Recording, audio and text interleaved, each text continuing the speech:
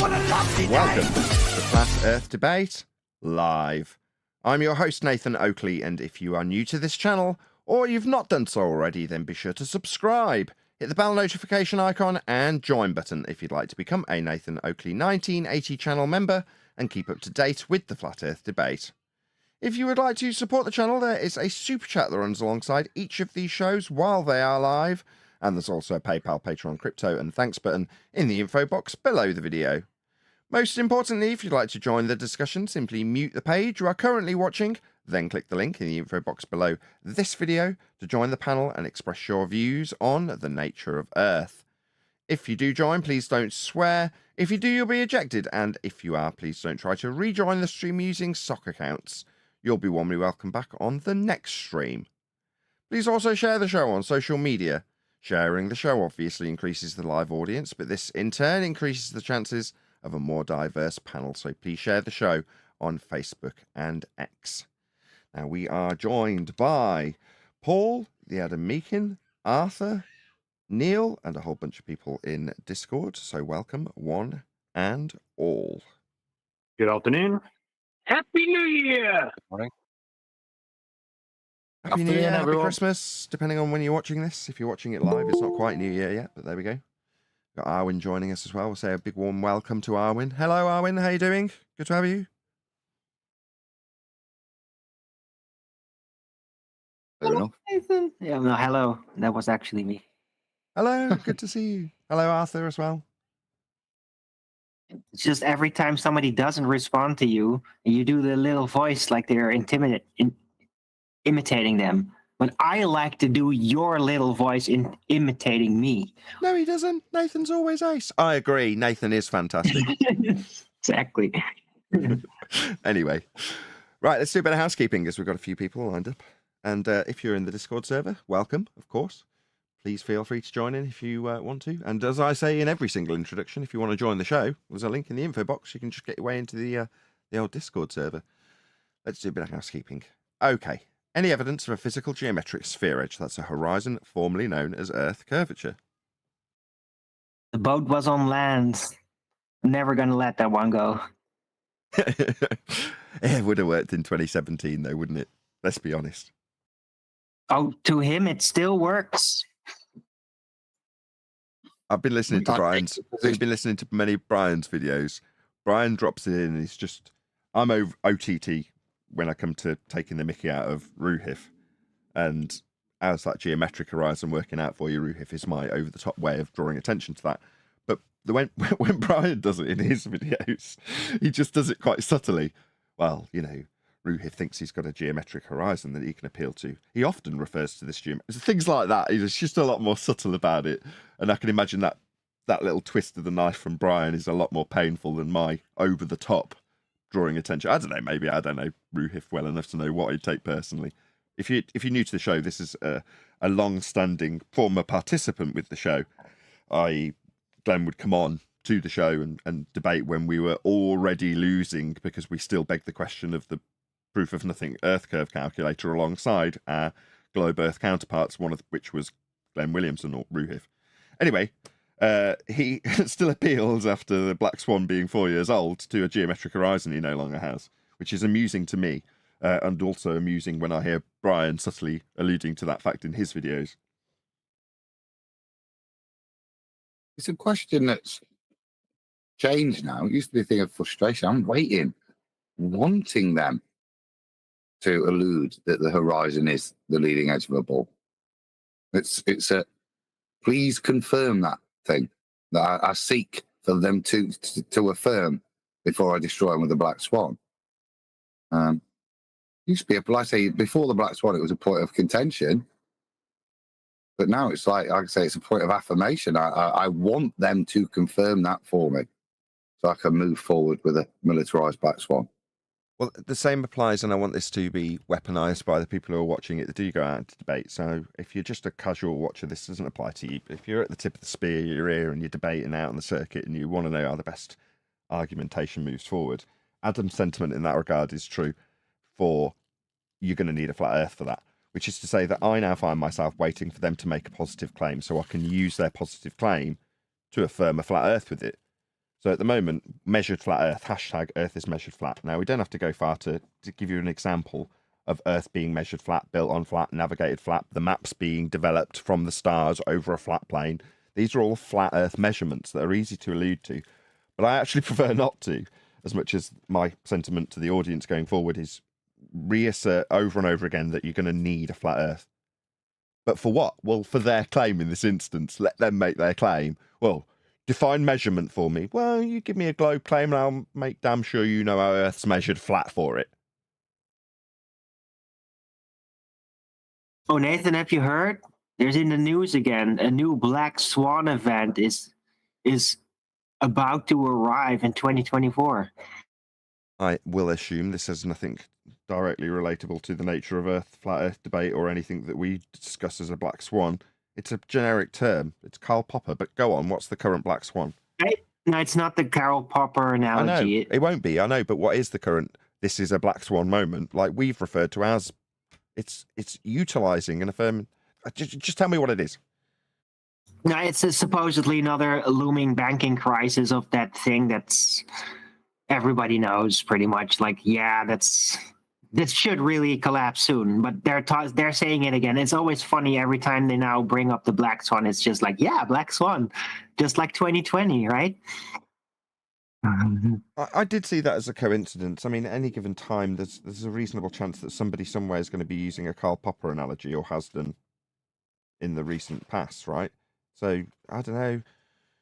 It's a good analogy to use Karl Popper when you say all swans are white, by example, and you only need one black swan to show that that isn't the case. That can apply to quite a number of circumstances. I know it's twice now that it's been banking when we happen to also be using a Karl Popper example with our black swan. You know, if the Earth's a sphere radius 3959 miles, then every distance to the horizon can be measured no more than 1.2 times the square root of the observer's height in feet, and then the distance to the horizon is shown beyond that. Therefore, the distance being beyond that is our black swan. Right, but the funny thing is that I don't think they're actually using the Karl Popper analogy in any sort of form. Because what they say, the Black Swan event, what that supposedly means is a completely out of nowhere, you can't predict it exactly when it's coming, unexpected turn of events. That's what they call a black swan. So it doesn't even sound like it's a Karl Popper analogy. It's still called the Black Swan, though. That's what they're using right now. And that's what they used in 2022. Maybe someone somewhere is utilizing the Karl Popper analogy of everybody in this particular banking circumstance, thinks everything is set in this particular way, then it only takes one person to come along and show that that isn't the case, for everything around you to be changing. Well, for us, our Black Swan moment is radically changing the way of the world because of a realization that you haven't got a hill called Earth curve anymore. And that's been the case now for 4 years. But for banking, I don't know, lots of people are always going to use black swans. This is what I thought. It's a popular thing, but like the original one, they don't ever mention like, oh, the Karl Popper analogy like you do. Well, no. But the thing that was relevant or pertinent last time was I distinctly remember, because you went and got it, Arwin, a cartoon that had a globe riding the back of a swan over a waterfall. Yeah, I'll show it. Right, this is 5 years ago. This is pre-COVID. It's a long time ago. It's about, how many years ago would this be now? 2020. This is exactly 2020, all at the same time. Okay, so it's 4 years ago. I just think that's coincidence. Yeah, I agree. Because I say, when we say black swan, it's shorthand for explaining the logic of being able to present a black swan if you make a statement that all swans are white. It's just the logic that you're applying, and the analogy that you then draw it to whatever, be it banking or flat earth. It doesn't really matter. The black swan is just describing the application of the logic to the statement you're challenging.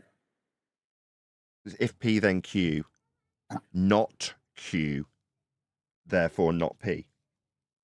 So if Earth is a sphere radius 3959, that's your P statement. And then your Q statement is every distance to horizon can be no more than 1.2 times the square root of the observer's height in feet. That's the limitation laid down in the Earth curve mathematics. It's their physical Earth curve hill that they claim blocks boats and buildings. That's their claim. Well, if it's the case, then that's the limitation to your claim. And then you say not Q. The distance to the horizon in what we call the black swan is beyond that limitation. Therefore, not P. Earth's not a sphere radius 3959. The horizon is not a limitation to your view called Earth curve. So it's Karl Popper's if P then Q, not Q, therefore not P, that you're actually saying if you shorthand this, as Adam's just pointed out, to infer the logic behind it. Now, we don't often... QE does it every time. Every time you see a QE presentation on the Black Swan, it will be second to none, because it will highlight if P, then Q, not Q, therefore not P. And that is formulated then into the Black Swan as I've just done it. We don't often do that, do we? We will lay out the Black Swan in its full logistics statement. If the Earth is a sphere radius 3959 miles, then every distance to horizon can be no more than 1.2 times the square root of the observer's height in feet. Distance to the horizon in the Black Swan is beyond 1.2 times the square root of the observer's height in feet. Therefore, the Earth's not a sphere and the horizon's not an Earth curve. You'll hear that from someone who's got a good understanding of the argument, but they won't give it you in if P, then Q, if Earth curve, then distance to hill. Not Q. It's not the distance to that hill you said Earth curve was. Therefore, Earth not got hill-based horizons and not a sphere, because that's your proof it's a sphere. That's how it breaks down into the logic, right, Adam? To me, yeah. I'm looking at this one on screen, Owen, and this relates, obviously, to me. Look, the Black Swan event here is ordinarily this. You can't escape the lake of death. The world can't escape the lake of death.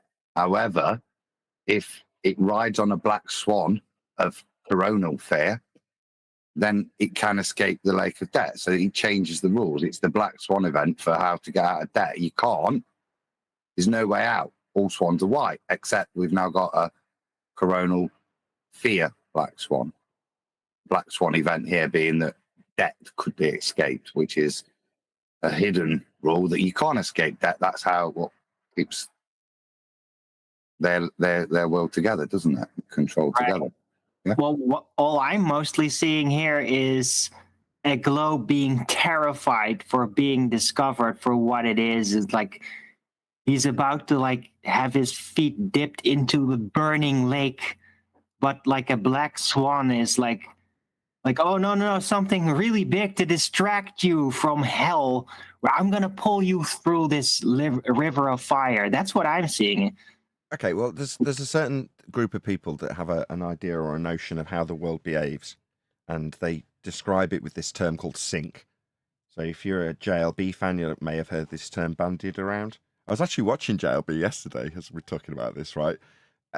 He infers that there's no such thing as coincidences when you're describing sync. Now, whether or not I buy into this is irrelevant. It's just a point of view based on a good understanding of certain philosophies. Fine. I'm not going to debate whether or not it's worthy of your time or true. I'm just saying, when you put these things to direct coincidences, there is no artist that's going to be taking our notions of global black swans with BLMSB 69's distance to horizon with a calculation and a formulation within the Karl Popper logic, and then put a globe on the black swan flowing down a lava tube because we are talking about it and there's a global economic crisis, and in this instance, 3-4 years ago, COVID. That's just a coincidence. These two events both happen to reference black swan, coinciding with one another. Both events are describing what we say Earth's a globe. This doesn't make sense based on what I'm hoping we'll move forward with in 2024, that Earth's flat. And then why would we be talking about a globe anything unless it's being put to us by an opponent who's got a fundy belief? So therefore, this having a globe on it, well, how's that relevant to us now that we're moving into 2024? Go on, Owen. It was relevant to me because all this stuff started rolling out 2 days before we just stumbled upon the Karl Popper analogy. QE brought it on the table. Like, and we just had it like, oh, we got this new amazing item. And guess what? Like 2 days later, this stuff came out. They started to talk about it in media everywhere. Right after we had discovered that, not the other way around. That's what was so amazing about it then. No, I do remember it was like I'll talk about that. it was 1st Jan 2020, and then immediately after it had been released, discussed prior, and we had all got a glimpse of what was to come prior to the 1st of January 2020, which is when the Black Swan first got aired to a public audience. Then this came out like literally a couple of days later, and you're like, well, in terms of the timeline, there's no questioning that this has followed us doing this. Doesn't mean anything though, does it? I'm with Adam. Let me put up a real Black Swan, Arwen. This is the one I thought you was talking about, just to bring it back to Flat Earth. So this was aired over Christmas by Ben Taboo Conspiracy. This is J. Tolan Media's work. You can see here. Oh, and stop. Proper plug for both of them, please. Okay, so this is a analysis from Ben Taboo Conspiracy. Subscribe today. It's there at Taboo Conspiracy. He's done the analysis on this and points out that this is a Black Swan, and the original. Go on. I'm really sorry to break up is the flow by on this. J. I'm so Tolan sorry. Media. Just one sec. Okay, if one of my mods, I really would appreciate if you can just spam J. Tolan Media's channel. I'll do it now. No, you're doing something. I know you're doing something. One of the mods hopefully will do it on your behalf, so it doesn't break up your flow like I'm already doing. But carry on, Adam. Okay, yeah. So this is then the work from J. Tolan Media. What he's flying across the states a lot, and he's using his infrared camera here. So we're looking across, and you see the distances more. The thing I'd point out, you can see a horizon in the background. There's a lot of distance in the background. You've got your oil rigs, your markers, your distance markers here. Look, we've got Bold Mountain East, Flat Top Mountain, Low Peak. What's amazing on this is look how the flat Earth continues into the distance, so that behind these low peaks, flat top, you can actually make out the Great Salt Lake. Okay, it's not at sea level, but look, yeah, you can see that behind the mountain, and then the land's continuing.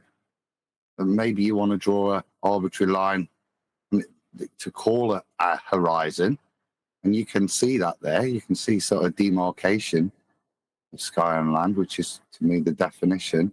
So we've got the horizon in the background, and I think we've got the most amazing Black Swan at these distances. Very cool.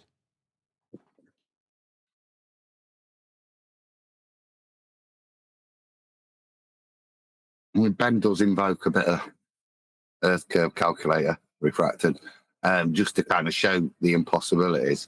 But to me, you don't need to look at what you're being shown there. Yeah, it's measured. And then the point of this, look, this is infrared. Yeah, so we've got no distortion because of refraction, not 7/6R or any different. We've just got pure image here. So it's it looks so black and white. It's just a straight infrared shot, and it's just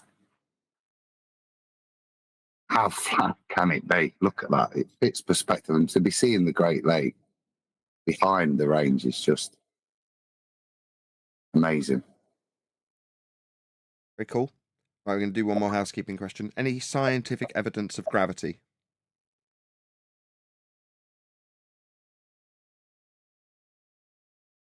Oh, I just want to plug for a second Sleeping Warriors video that he uploaded yesterday. Really good one. Anybody see it? No, I did not. What? I posted it. Even a Master V. What is that? It was a really good one. He made a little video clip from Sabine Hassenfelder about gravity, and then basically her declaring how it's not a force and exactly how. And yeah, complete summarization. Brilliant video. Okay, Good I did not know he'd done that, but that's precisely what I was about to do.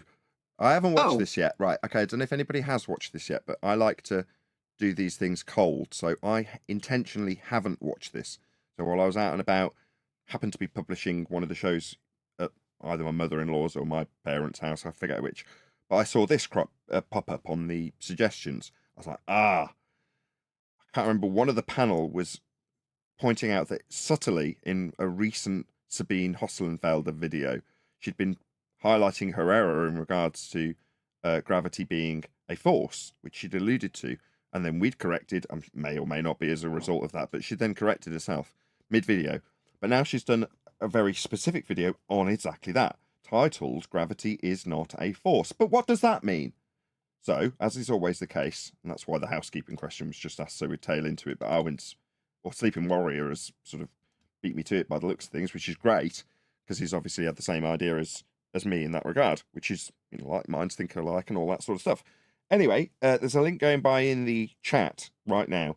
So, as is always the case, please let Sabine Hosselenfelder know at Nathan Oakley 1980 sent me with a reasonably nice comment that says we've addressed her video, which is gravity is not a force. But what does that mean? Question mark, if you wanted to look it up, because you're just listening, or you can't click on the live stream chat, or it's after the fact, or it isn't published yet because it's only just finished being live, whatever the reason.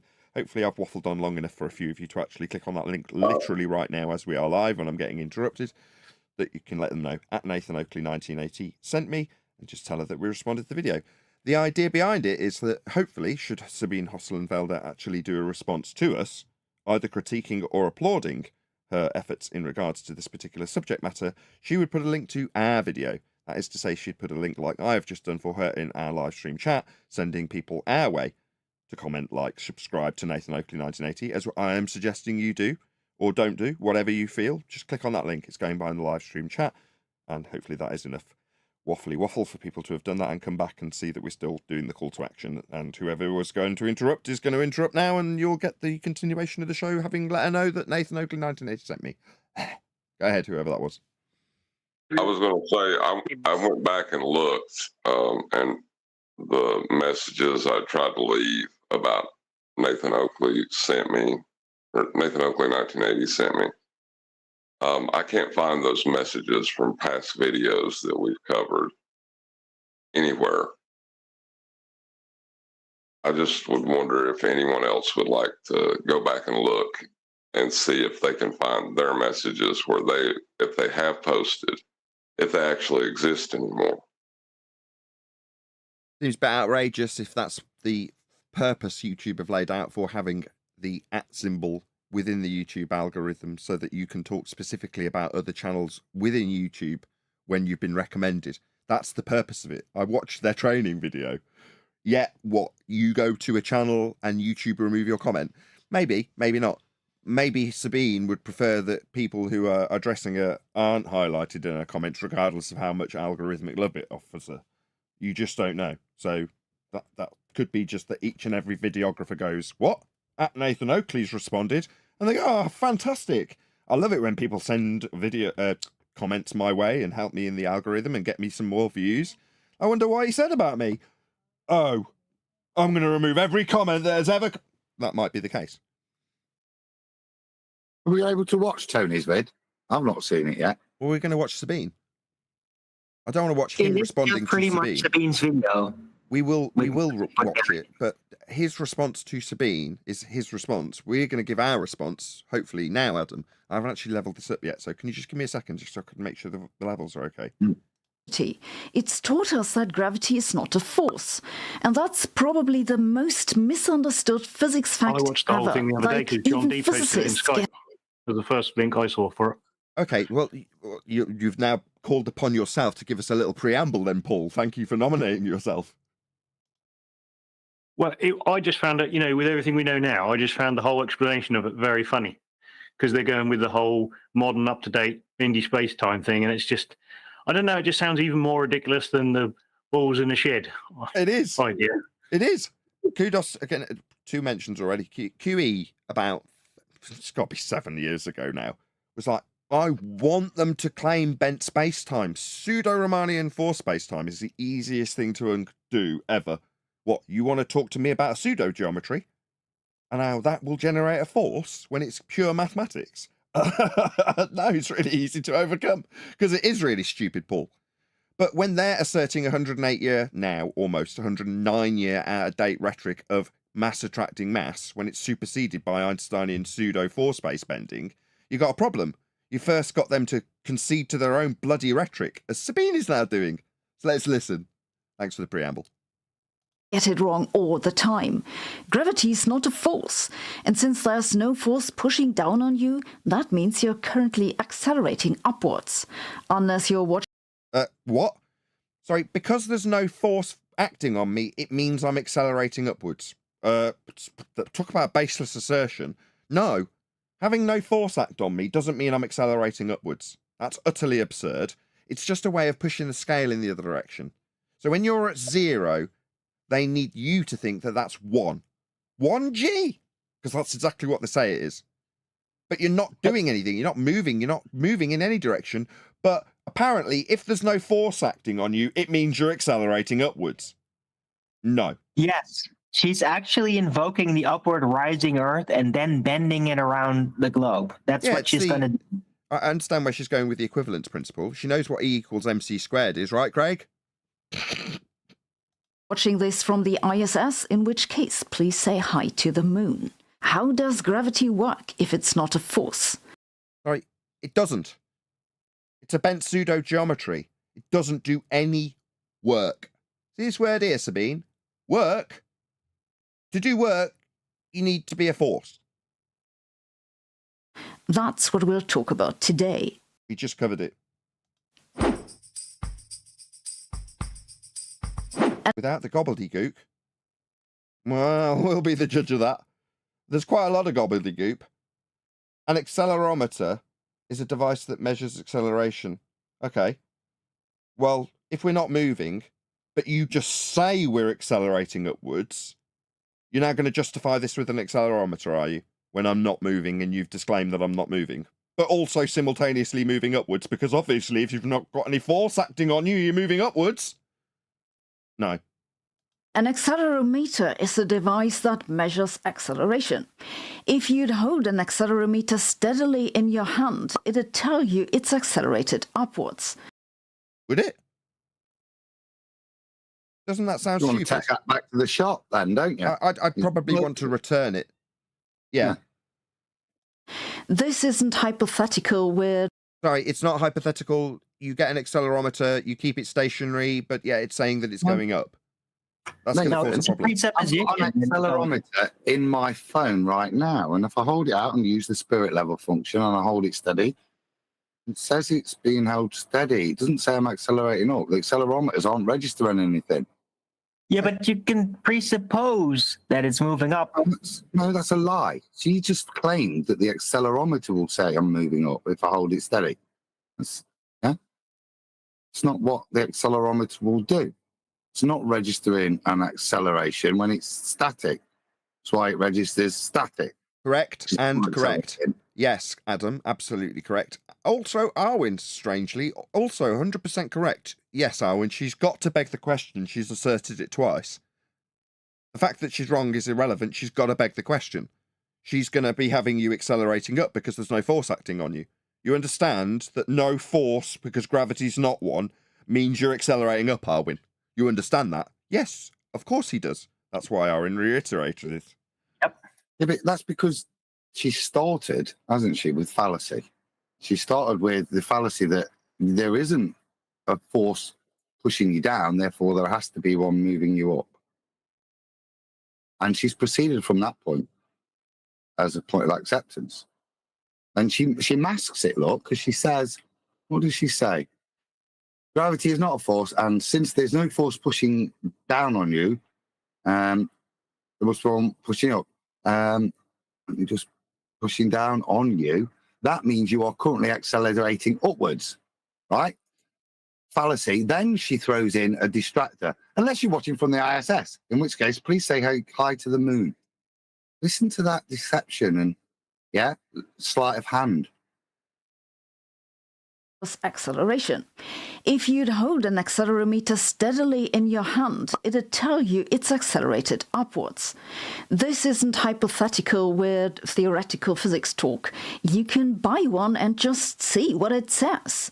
This is an example of how the reading of an accelerometer looks like when it's lying still on a table. It tells you it's accelerated upwards. So you buy an accelerometer to find out how much things are accelerating. You lay it flat, and according to Sabine Hosselenfelder, it tells you that it's moving. So if I was to apply this accelerometer, to an F1 car, where it had critical importance that they weren't moving before, say, a gun went off, and it constantly said the thing was moving, wouldn't that pose a problem? And this is entirely... Yeah, it would. But I mean, it's a again, contradiction. it's not saying that at all. It's just being presupposed. So it's like moving that bar, right? What is 0G? What is 1G? She's just moving it. She started this off by saying, with a title, that this is without the gobbledygook. Is it gobbledygook to say, if you're not moving, that's what she's qualified. You are not moving. Okay, Sabine, I understand. Not moving. Stationary. At rest. Still. Not moving. Cool, got you. Then you're accelerating up. Whoa, you've blown my mind there. What? I just understood that I wasn't moving, but you tell me that when I'm not moving, I am moving. That's a complete contradiction in terms. One that she must have you accept for her to move forward in a pseudo-bent space 4 time that isn't a force. But because it's not a force, it means that you're automatically accelerating through geodesics in space-time. Obviously, it's described in the 4th dimension. No, we're not. No, I have to accept that when I'm not moving, I'm actually experiencing 1G. Correct. If you hold an accelerometer... calibration issue. Go ahead, Adam. So, for example, an accelerometer at rest on the Earth's surface will measure an acceleration due to Earth's gravity straight upwards by definition of 9.8. By contrast, accelerometers in free fall will measure 0. So it's about how you've defined what's going off. Yeah, if you drop an accelerometer, it will notice that movement. Yeah, but that free fall movement is then set to be 0, so that when it's static, it's at 9.8 upwards. It's just a matter of. So they're claiming that what is 0 within the device. Yeah, they're claiming that falling is not an acceleration. Yes, I've said this. I said this years ago. All the trick is to move the scale by 1. What do we experience on Earth? 1G. What do you mean we experience 1G? 1 force unit to not do a damn thing. All right, what about if I'm falling? Oh, well, that's nothing. That's 0G. If you're perpetually falling around the world in a spaceship, you'd be floating around all the time. That's 0G. Akin to you falling and about to be splatting on the ground. You understand this equivalence principle? You can't do that, though, because you speed up while you're falling. It's an acceleration. Yeah. Now you're talking their language. What, the acceleration due to the force of gravity? It's not a force, though, John. But if I just move the scale, then you're automatically accelerating up anyway, aren't you? No, it's so simple. But when you're falling, you're not accelerating, but you are. That's a lie. Yep. But it's not you that's accelerating down. It's the Earth that's accelerating up. Precisely. In all directions. No, yes, you can't. I'm going to say that, Lane. Let me just agree with him so that you can disagree with him. Yes, that's the correct rhetoric. Feel free to disagree, John. It can't be, because you are accelerating to the ground. You are speeding up. That's not the Earth moving and accelerating up. That's you accelerating to the Earth. But if I set the calibration of the device so that the device thinks when it's in free fall, that means 0. So at that point, the device, when I then put it on a table and leave it, because I've set 0 to free fall, then the accelerometers will give me a reading of 9.8 when it's actually at rest. Because I've told the machine, when I throw it out the window, that's 0. So there's one more thing you missed. It's decelerating. It's going from the rate of perceived, with a scale change, constant acceleration, It's decelerating down to 0 at the point of... That's acceleration. It's decelerating to 0, though, isn't it? It's getting slower. No, that's acceleration. Yeah, in reality, you're speeding up after you jump off the building, but that's not what the scale shows on your accelerometer if you mush the scale by 1. Right. It's irrelevant what the scale says. It's still acceleration. Correct. You're still accelerating down. Yeah, correct. You've just moved the scale 1. But that's what they need to be automatically understood to be the case the moment they start talking about non-forces of pseudo-bent geometry. So long as we all automatically assume 9.8 meters per second is going to be the force of Earth moving up, that we experience by an equivalence principle described in Einsteinian mathematics that gives us an automatic force that holds us to Earth when we describe the non-force in pseudo-geometry. Because it's already there when you're sat still. Right? That's what she's just gone through. That's what I meant with they're moving the bar. They're just dislocating the scale, right? Just saying, oh no, we're just gonna presuppose it's different. Just move it, and now you can look at it from a different perspective. But as refracted curvature Johnny are saying, it doesn't actually work that way. No, it doesn't, because you speed up while you're falling. So when does this 9.8 meters?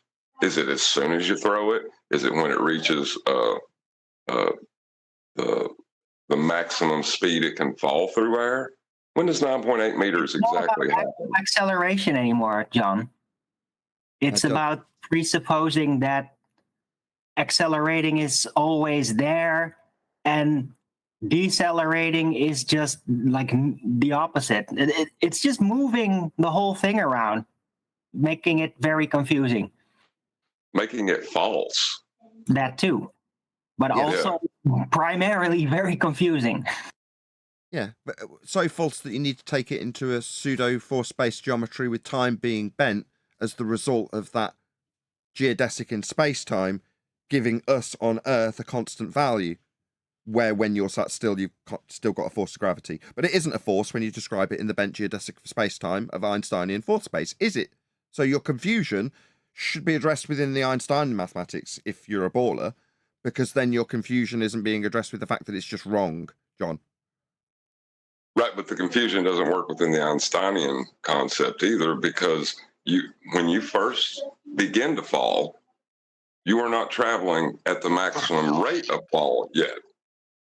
So this idea that the Earth's rising up, it doesn't work. It only works. I know it does still work. For them, it works because you only reference the Earth, and it has your constant rising velocity in respect to you, but it's not you that you're referencing.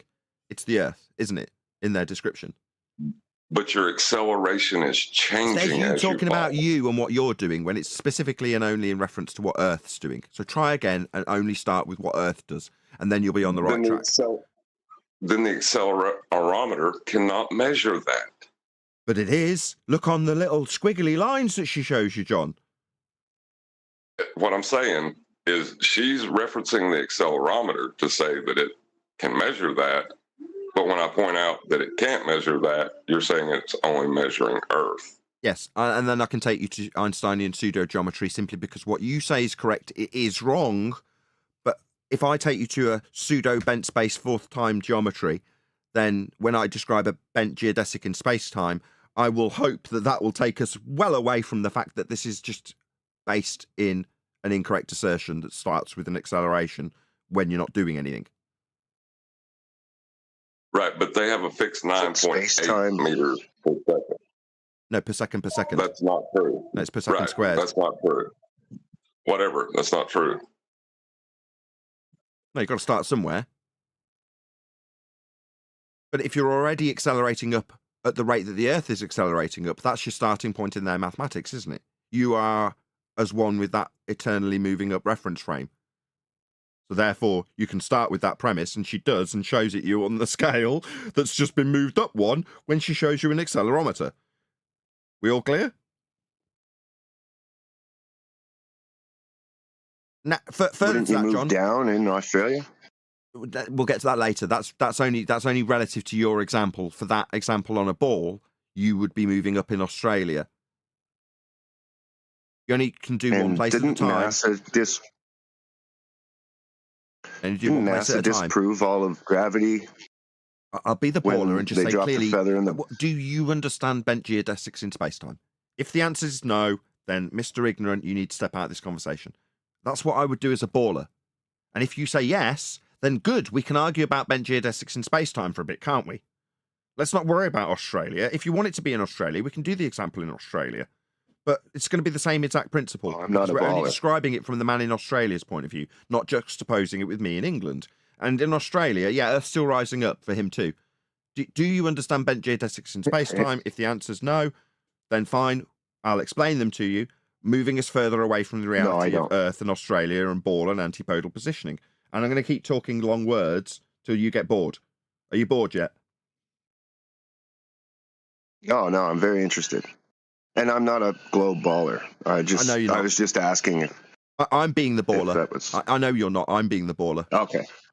I'm being a prick Gotcha. because I'm emulating what they would do to take us into bent geodesics in space-time so that we're not highlighting okay. the fact that I would say antipodal.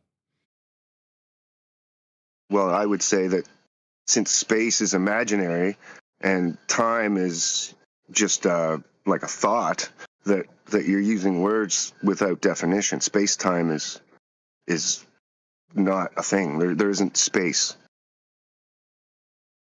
And time is just where we're at right now. You can't go back in time and you can't go forward in time while staying in this time. So space-time just doesn't exist. That's Perfect. a non-argument. Absolutely correct. Hence the reason, you couldn't have said it better myself, that I alluded earlier to the fact that QE often points out that when they're alluding to the 109-year out-of-date rhetoric of mass attracting mass, it's a stage that you have to take them through to get them to bent geodesics in a conceptual medium. And you're saying, there is no conceptual medium time bending.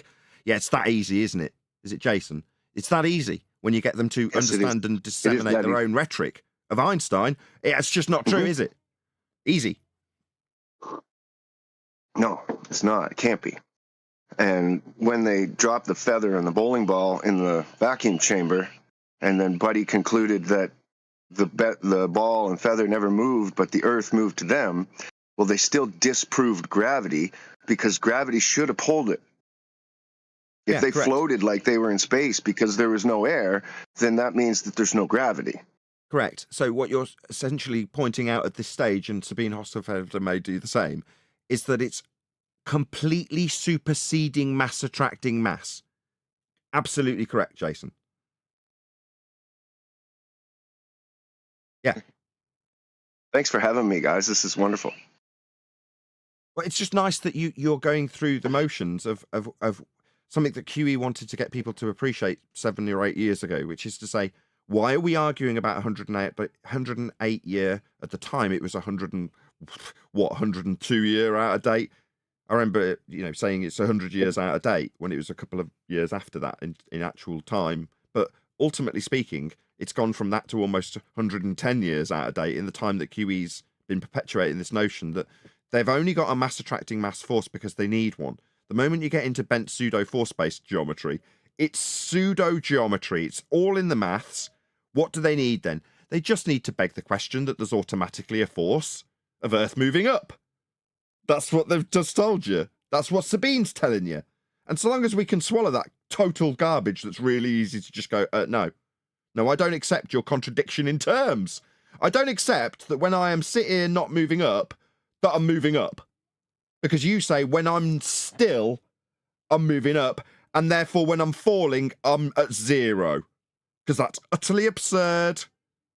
And giving me all the bent geodesics in space-time you like will never ascribe any force that you need to keep me on a spinning water ball flying through a vacuum. It's absurd. Far easier to do it with Einstein than it is with Newton. But the kiddies are indoctrinated with Newton, so they stand by it, like Craig, fight the flat earth woman beater, because that's what they've been indoctrinated with, and they damn well need a force, don't they? They don't have one anymore. So let's just beg the question that we're moving upwards. Nah, I'm not good with that, because it's a contradiction in terms.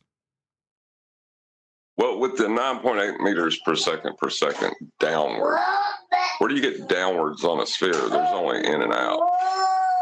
Yeah, the antipodal positioning. Jason's already covered it.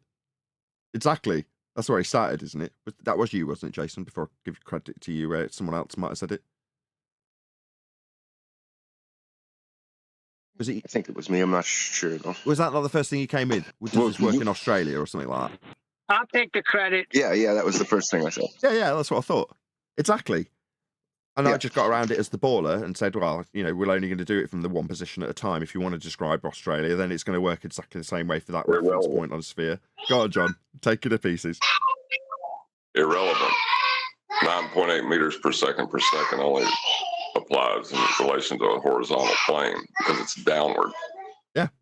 It's not a sphere. You guys need a flat Earth more than we do for your gravity in this instance. With reference to what? When you go up in a particular direction at a particular speed with an accelerated rate, you'll need to reference horizontal for that. Spot on. Anything else before we move on? We'll play a bit more video. Meters still on the surface of Earth, it's indeed accelerated upward. Why does that surprise you? If you hold something on your... I'll tell you why it surprises me, because it's incorrect. Yep. So what I've just been looking at, we did accelerometers years ago with Tesla's Apple and stuff. This is weight.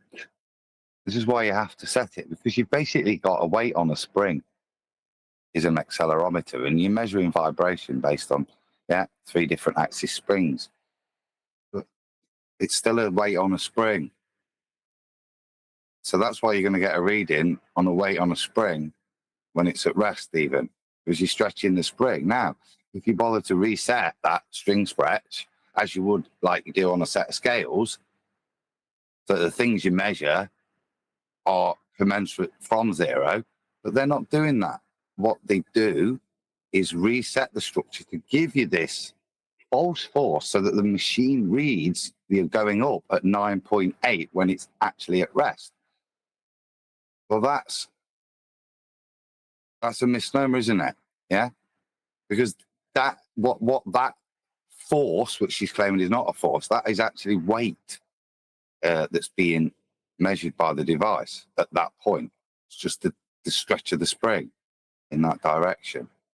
But that, which should be, because remember, this is an accelerometer, and the devices are designed to measure accelerations in different directions. But at this point, even in the manuals, it recognizes the contradiction here, because there is no acceleration. So to ascribe minus 9.8 is actually incorrect. Yeah, you're doing it under a belief system, so that machine works correct, but when you interpret it, you've got the belief that you're already accelerating up, so that when you do drop the device, even though you can see it accelerating to the ground, the device will read 0.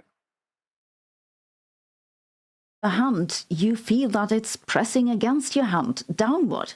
It's like when you're trying to accelerate a car with your hand, it'll push against it. If you hold something in your... Why are you describing all these forces? I'm not really understanding this. You opening credit says gravity is not a force, but you're comparing it to all these different forces. Yeah, that's what you need to confuse your audience.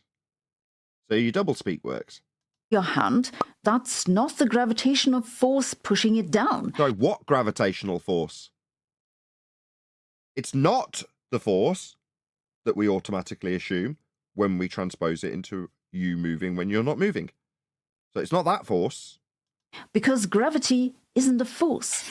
It's pushing on your hand because you are accelerating it upward. But you're not. That's the whole point. You're not accelerating it upwards, are you?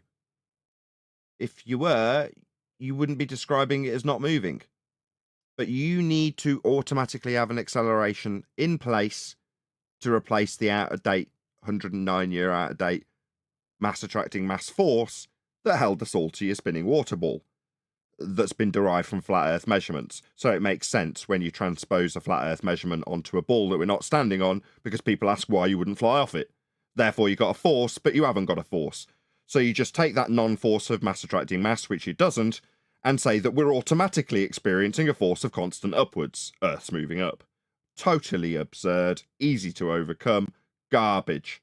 And how does she get there? Well, she takes a device and says that because we've got a spring dangling with a weight on it, that means we're accelerating up always. And I can therefore infer that when we're falling, we're at zero. Why is the thing in your hand accelerated if you It isn't. If it's not moving, it's not accelerating. But automatically accelerating, says Sabine. Nope. don't move your hand? It's because you are accelerated, and you By way of begging the question fallacy. If I've said it now for the third time, then it's definitely the case. I said it in the opening, I said it after the gobbledygook slide, and now I'm saying it again. You are moving upwards. Why? Because I say so. I mean, when you're still, that's you moving upwards, obviously, because I say so. What's that you don't understand? Bent geodesics in space-time is what you need, my friend. Go ahead, who can't help themselves. Upwards on an inertial, well, it would be a non-inertial plane, would be her assertion. They'll need a flat Earth to assert this. Yeah, because it's up and down. It's a vector with relation to horizontal. you are accelerated because there's a force pushing on you from. Gravity's not a force, but you are accelerating because there's a force on you. I see. It's just an automatic force, and now let's talk about bent space-time. Just exactly as I predicted. Below. That's the floor, or rather the atomic bonds in the floor and in the ground below. You see, the entire Earth has internal pressure. Otherwise, it'd collapse. That pressure generates a force on everything. Right, it would by way of what? Begging the question, circular reasoning argument that because it's circular, it's got to have imposing forces that are working their way outwards. Otherwise, it would all fail. I see. So if it wasn't for your automatic assumption of these forces on a sphere Earth, we'd all die. So just work that in with a bit of death cell, and then we'll all accept that too, right? No, we don't accept any of this. Everything But on the outward pressure surface. is not up and down. One more time. Outward pressure is not up and down. Yeah, how are you going to get an accelerated frame of reference from that? Exactly. Unless Newton taught us, a force creates acceleration. So that pressure of Earth creates a force which accelerates you on the surface. Sorry? So we're being accelerated on the surface to zero. So we're not moving, but we're going to be accelerated to 9.8 meters per second because we're not moving. Yeah, it almost makes sense if you're a complete bonehead. But wait, you may say, there's also the gravitational force pushing down. No, we never said that. So what, net force zero? So you're going to overcome net force zero before you go to, what, bent geodesics? So the two forces balance to zero, right? No, because gravity is not a force. Gravity is a consequence of moving in a space-time that's been curved by the presence of masses. So predictable in terms of what she's going to go through. We've already covered it. Any actual comment on this, given we've already discussed it? Well, other than the validation is now been set up to be moved into mathematics. Yep. Yeah. I beg the question that you're moving up because of, I say you're moving up. If I say it 3 times, we're moving up. Now, let's go into some pseudo-geometry, so that this entire description takes place in a pseudo-geometry that isn't reality. Bob's your uncle. We all still accept and remember that she's told us Earth's moving up, though, and we definitely know that the scale isn't 0 at 0, and when you're not moving, you're moving. We all accept that. No, Sabine, because it's nonsense. If there are no masses near... That's nonsense, isn't it? Because that fact that you can't move up if you're on a ball, all of you in the center, yeah? So it's now been re-explained that that's just a way for you to experience this non-force force because actually what you're experiencing when you drop something that's heavier than air going down is just an effect of the transition through the bending of space-time. So it's your transition through this thing that's bent by mass that gives you this effect. Now, obviously, that is so nonsensical and can only be described mathematically, where you reify this dimension that you can't show or demonstrate or even realistically conceive. The human mind can't conceive a fourth dimensional thing. Yeah. The only way is to describe it mathematically. And that's what she's about to do now. And that, to her, will justify everything, because we've moved from reality into maths. Quick shout out to Gordon. Or she explains. Sorry, go ahead, Jason. Before she explains it mathematically, they've just admitted that gravity is 10 to the 26th power weaker than the ether. And so that's like zero. There is no gravity. Yeah, 10 to the 26th of zero is zero. There's no ether either. Yeah, that was the point. Shout out to Godzilla37. He says, I want $5 Canadian too. If I was forced to review Sabine's videos for your entertainment and education, $5 actually seems far from fair. Thank you for the super chat. Really appreciate the support, Godzilla. It says, oh, and hi. Hello. Thank you for the support.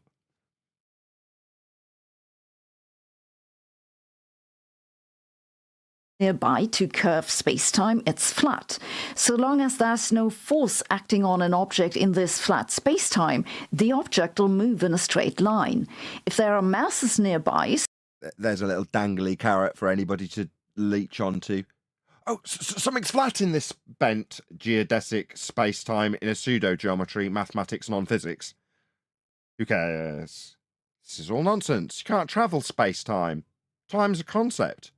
Like the pseudo-geometry has in its title. This is all conceptual. None of this is going to explain anything to do with your reification of a force on an outward ball that makes no sense for an Earth that's moving up constantly to give you a 9.8 meters per second force of up explained away by a non-geodesic based system that we don't live in.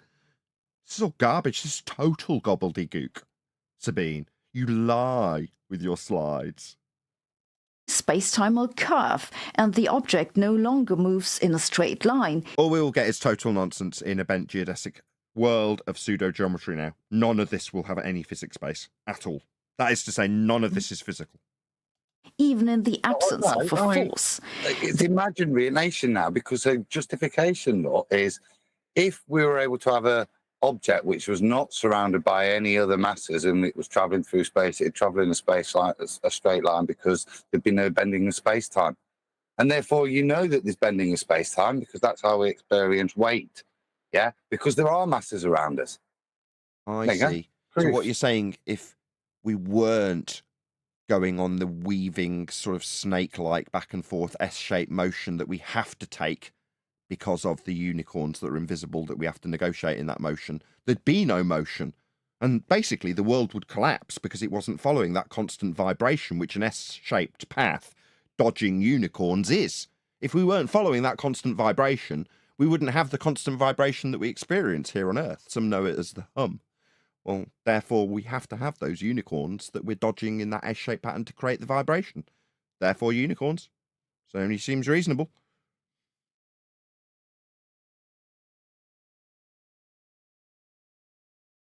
The usual way to explain this is with a large marble on a rubber sheet that...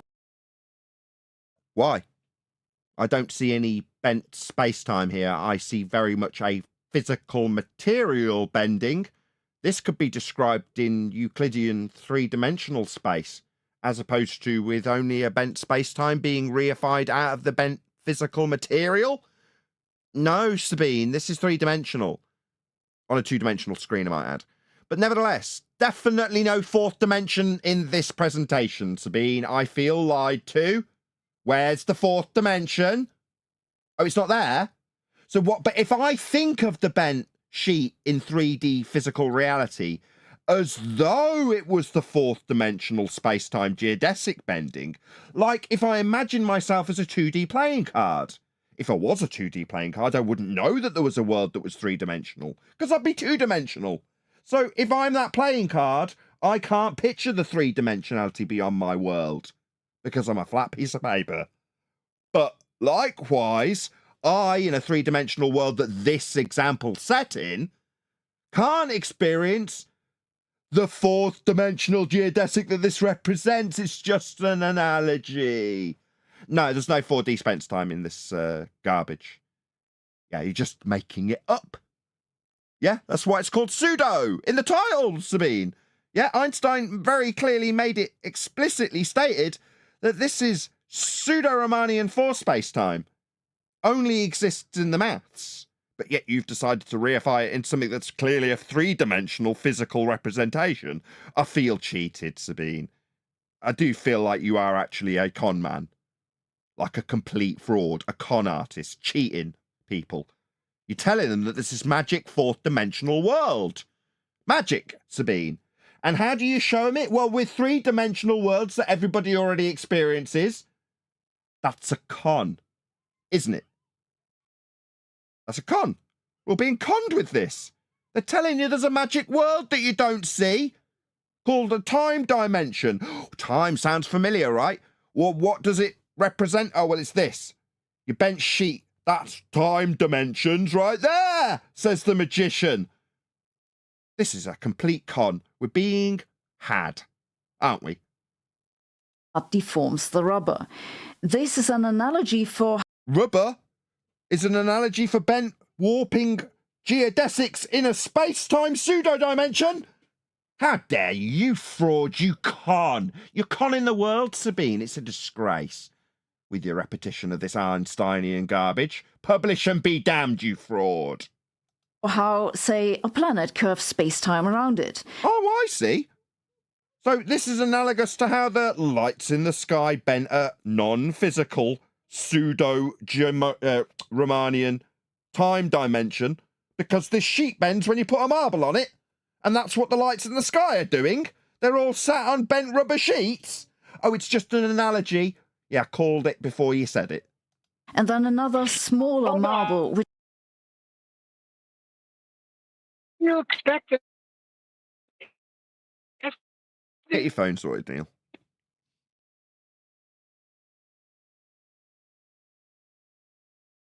seems to be attracted to the bigger one. It's a pretty good... Shocking. So you put something in the middle of a rubber sheet and then put something lighter, it'll find its way to it.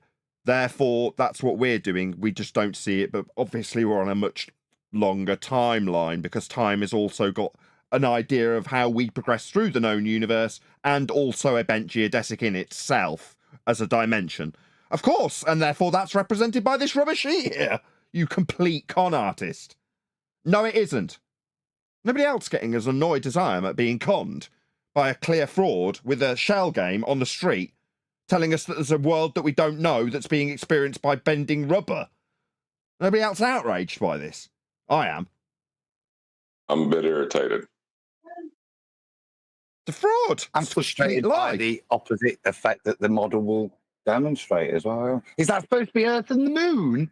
Is it? I mean, how many orbits does the Moon give us then before it collapses into? I mean, I'm thinking impending Armageddon from what she's claiming, but don't her stats say the Moon's moving away? Yeah, it's analogous. It's Just ignore the bit where they smash into each other. We don't experience that. Therefore, it's not in the slightest bit analogous, but it's analogous because it's a bent fabric, and I'm going to call time a fabric. Therefore, this is analogous. It doesn't matter that it doesn't look anything like the lights in the sky. It doesn't retain any cyclical patterns.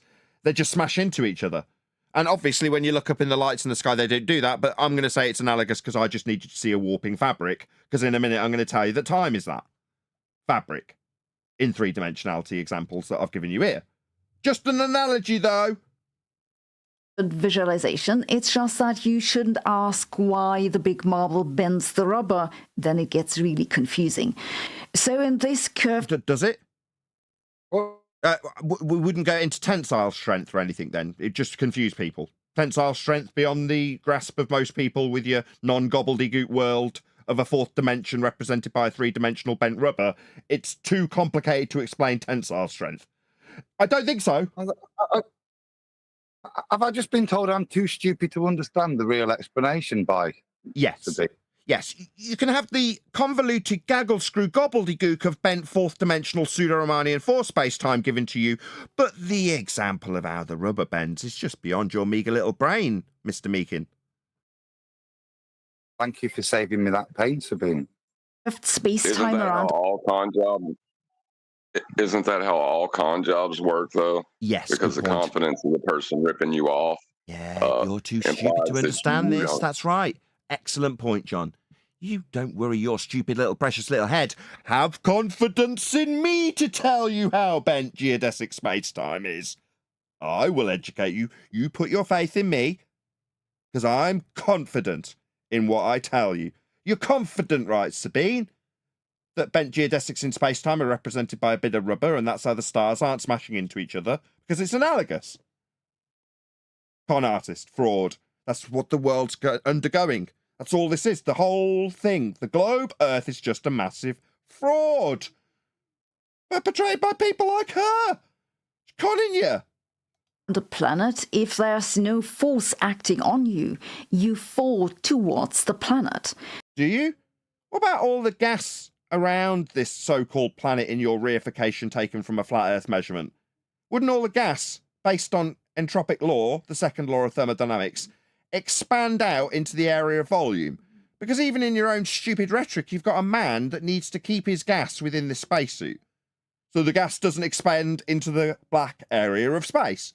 Yet the Earth you think is spherical below with this nonsense of bent pseudo-force space doesn't have the gas following entropic law? That's totally stupid. The gas down here would need something to keep it inside, like the spaceman that you stupidly think is in the space vacuum that the gas isn't expanding into. So this stupid nonsense is easy to overcome too. It certainly doesn't affirm a bent 4D space-time that isn't a force, because, oh, don't forget, I'll mention it again at the end just to make absolutely sure you all know that we're all moving up on an Earth that's moving out because the pressure's moving in. But do you understand bent force space-time? Do you now? Do you? Trust me, I do. Don't you, Sabine? That's not an acceleration. But if something gets in your way, like the surface of the planet, then that creates a force. So now you're accelerated. This is why there's no... So as he heads towards the ground, falling, he's not accelerating, and when he hits the ground, he's then accelerating. Yeah, so essentially zero until he meets the Earth that's moving up, but he isn't moving up in your example because the guy is moving down towards it. And contrapositively, as the guy on the panel called Jason pointed out, how does this work for someone in Australia if you're going to give you a net force zero? Because everything's moving out with pressure, but you're not giving us a force with the bent space-time. So none of this works anymore, Sabine. It's total nonsense. Force pushing down on you right now. There's only a force pushing up. If you took away the surface of Earth, you'd fall. And if... So how does that work for the guys in Australia? Props to the guy on the panel called Jason. First thing he pointed out. Oh, it's just relative to you when you give one example with one little section of the Earth moving up. Yeah, you're going to need a horizontal plane of reference. Props to John for pointing that out. If you fell, there'd be again no force acting on you. This is also why the Earth would collapse if it had no internal pressure. Back to that again. So begging the question, this is X2. Second time she's made sure she makes you understand with her con artistry that you will beg the question alongside her. I don't do that. I said it the first time. But you're going to reiterate it as a baseless assertion for the second time so your audience knows that you know better. Don't worry your precious little head about how rubber bends, but understand and know that she knows. She's very confident. It's not because there's a gravitational force acting on the matter, because gravity isn't a force. It's because without internal pressure, stuff would just freely fall in the curvature that is. Sorry, without internal pressure, stuff would free fall in the curvature. When you say this stuff, Sabine, do you not appreciate how utterly ridiculous you sound? With your begging the question affirmation with an assumption of consequence with respect to a curve. It sounds stupid because it is. If there was no stuff there, then there would be no curve in her Profound. claim.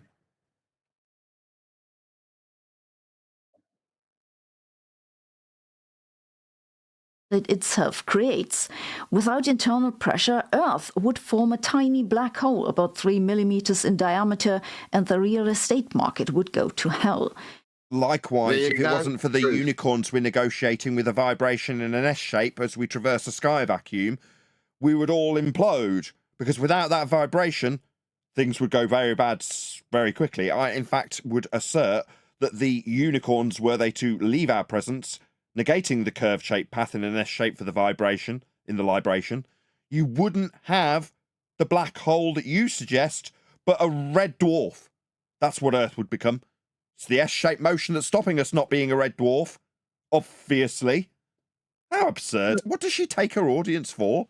No, she gave us more proof there, Nathan. In fact, you have got practical real-life experience of this. You used to sell houses. Is there a real estate market? Yes, there is. Is it in hell? No. So therefore, all of what she said is true because there's still a ball Earth. Therefore, there's a real estate market. So as she's described, what's holding all that together, got to be true. We've got realtors. Absolutely. But let's go back to the... That's what she just offered up. She does these, makes a weak argument, and then puts a sarcastic comment after a very weak point. I pulled the first one, and she's just done it again. Sleight of hand. the accelerometers to see what else they can tell us. The easiest example of an accelerometer is a spring. Yes, a plain, boring spring. Suppose you put a spring into outer space, empty space, flat space. No, you can't do that, unfortunately, Sabine, because there is no outer space, because outer space is claimed to be a sky vacuum. Now, if the sky vacuum was real, as you infer in this example, then the gas we breathe would fill the space. Because gas fills space. So if the sky was a space, outer space, a sky vacuum, we'd all be dead. Gas would expand into the area of volume known as outer space, leaving us without any gas to breathe. We'd all be dead in this example, Sabine. So no, outer space isn't real. It's a second law of thermodynamics violation. So now why are you giving us examples in second law of thermodynamics violations of outer space? They're not real. But let's see what you got to say anyway. How does it get there? I don't... It doesn't.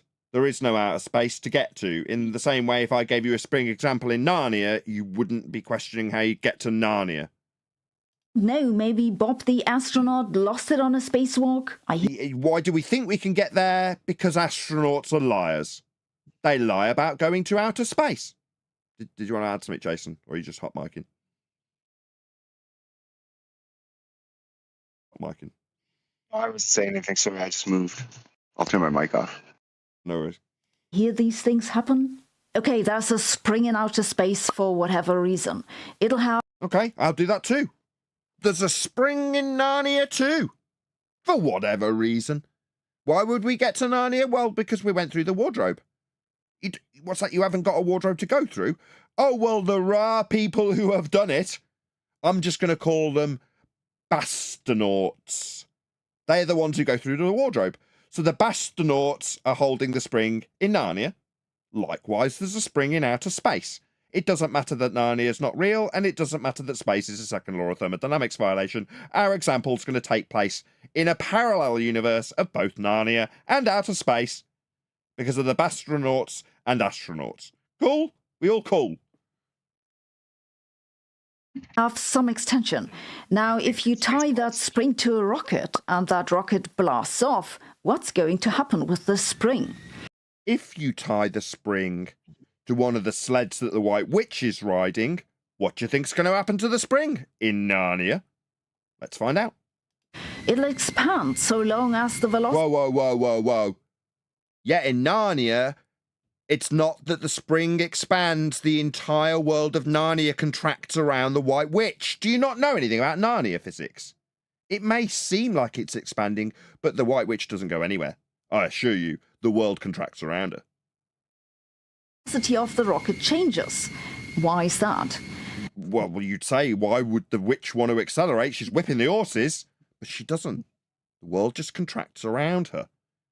In Narnia. I mean, this is all clear and been made clear from those astronauts that have been to Narnia. Well, as Newton taught us, force equals mass times acceleration.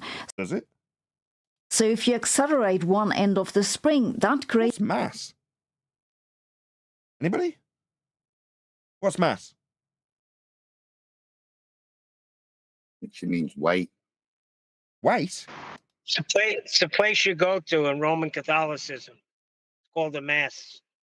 Hold on, weight? But does this apply in a vacuum and Narnia? Because there's definitely gases going all directions in Narnia. I don't know about space. I mean, that's something I should have checked with my parallel. Maybe I should check with the astronauts when they tell us about how the world of Narnia contracts around springs when the White Witch pulls them. No takers? No one going to define mass for us? Weight, you say? Well, she means weight because that's all she can ever measure. But when she wants to take you to Fantasyland, then weight becomes M times G. So that you can invoke G. You have to, then you invoke M, and that's where it gets tricky because then you've got to really define M. Because the only reason you invoked it in the first place was to be able to secondarily invoke G, or primarily invoke G. It's a kind of bastard son. Where will they get G from? Would it be helpful if it was automatically in place because we're automatically experiencing it, like when we're not moving and stuff? Yeah, if you automatically assume it's there, you don't have to worry about why you've invoked it. Oh, cool. That's handy. It's a force, and that force stretches the spring. You can measure how much it stretches, and from that you can calculate how much it was accelerated. No, not in Narnia you can't. Because although in your world, as you stretch out the tape measure as she gallops away whipping the horses, what you don't appreciate is that both you and your tape measure are simultaneously being contracted by the world of Narnia around the White Witch. The whole thing, including your tape measure, the scale of the tape measure, if we were to look out from a fifth reference frame in the fifth dimension, which we can do, just ask the astronauts. That's how I know this. Nevertheless, I've been to the fifth dimension, you may not have. You can read all about it. There's works. Nevertheless, as we look in, we would see the whole world squashing around, including the measurement tool, in this case tape measure, to measure how much the spring's expanded. Nah, it stays the same. In Narnia. Just ask the astronauts. Yeah, I know this isn't exactly rocket science, even if it is, but bear with me for a moment. It is rocket science in Narnia, so we're all definitely assured that there is a sky vacuum that gas isn't expanding into, that these liars I call astronauts, and you say confirm this, are in. No, there is no second law of thermodynamics violation outer space sky vacuum. We'd all be dead, Sabine. Don't you know how gas behaves? Please let her know. At Nathan Oakley 1980 sent me. Now that we're well into the commentary, you can give her a vague idea if you choose what we've been telling her. And that's that gas go down, go boom, boom in your rhetoric, does it, Sabine? Au contraire, gas expands into space. It's a law of nature. Please click the link. It's going by in the live stream chat. And I would hope that Sabine were to respond and address some of these points we've pointed out with her con artistry, where she invents pseudo-dimensions and reifies them into existence by way of rubber sheet bending that obviously we wouldn't understand. How dare you? Right, Adam? Please let her know. At Nathan Oakley 1980 sent me. There's a link going by in the chat right now.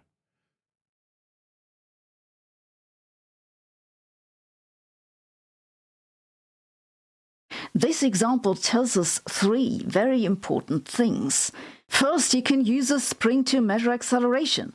It's not the only way to do it, and maybe not even a particularly good one, but it works, and acceleration is measured. Right, so if I go to Narnia and invent a thing that will prove something, I can then take that supposition of how things would work in Narnia, bring it back, and make a statement about the real world.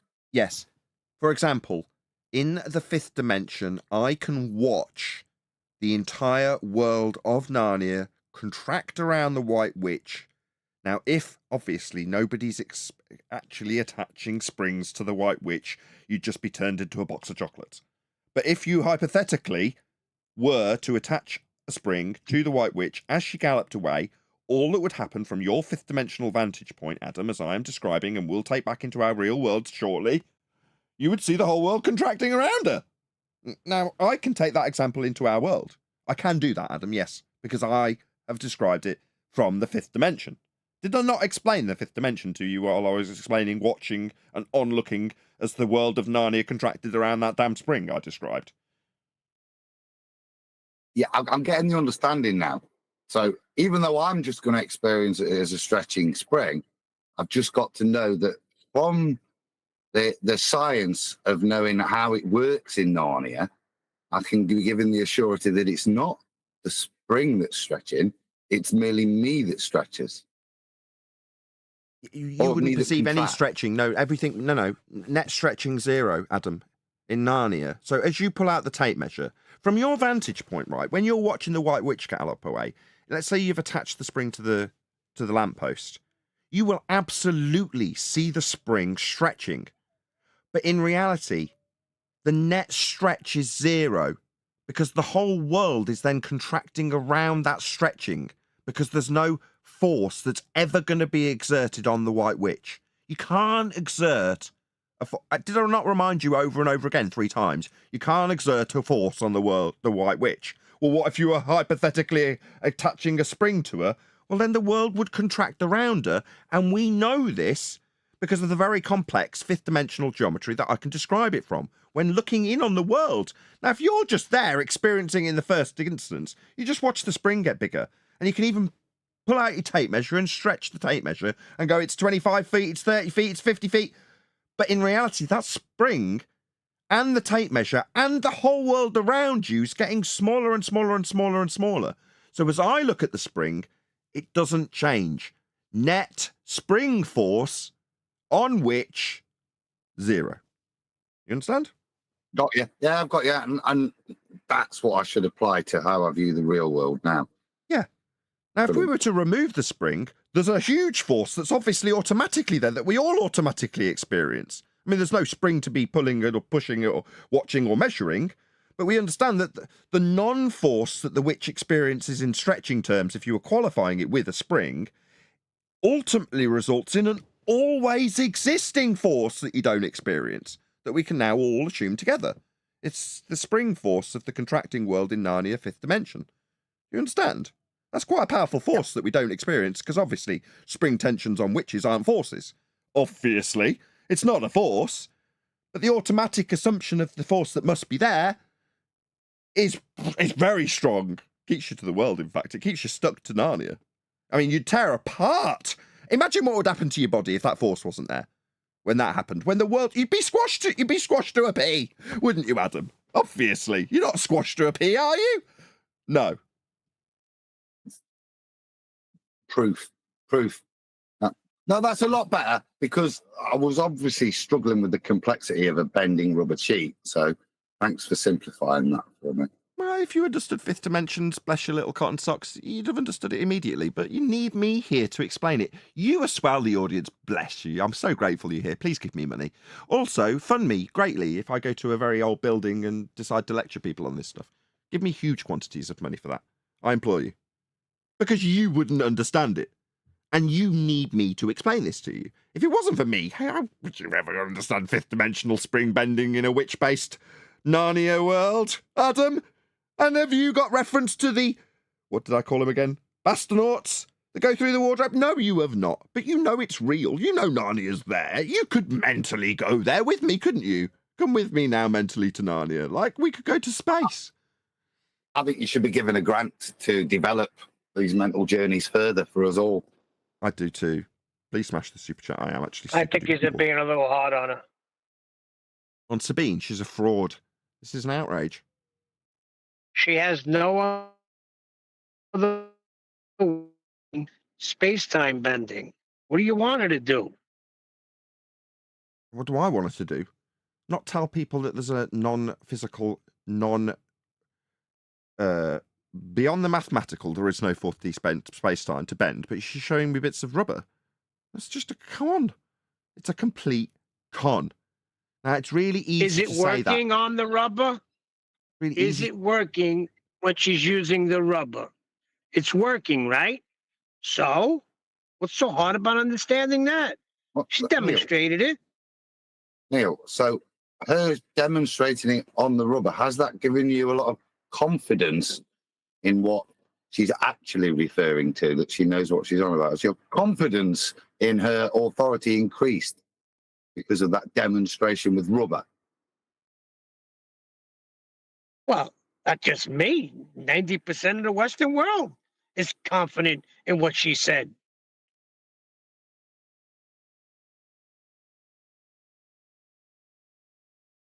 Indeed, they are. And with that, I'm going to say, if you are watching this on either Nathan Oakley 1980 or Nathan Oakley premiering streams, then stay tuned, as there will be an after show to follow. Unfortunately, if you are watching this live, this is where we bid you farewell. So another massive thank you to all of you who smashed the super chat, liked, commented, shared, subscribed, joined as a member, and all that good stuff. Of course, another thank you to today's Discord and Cheapest Pals for making today's live show possible. Once again, stay tuned if you're watching on an after show. I've been Nathan Oakley, and I will see you all in the next video.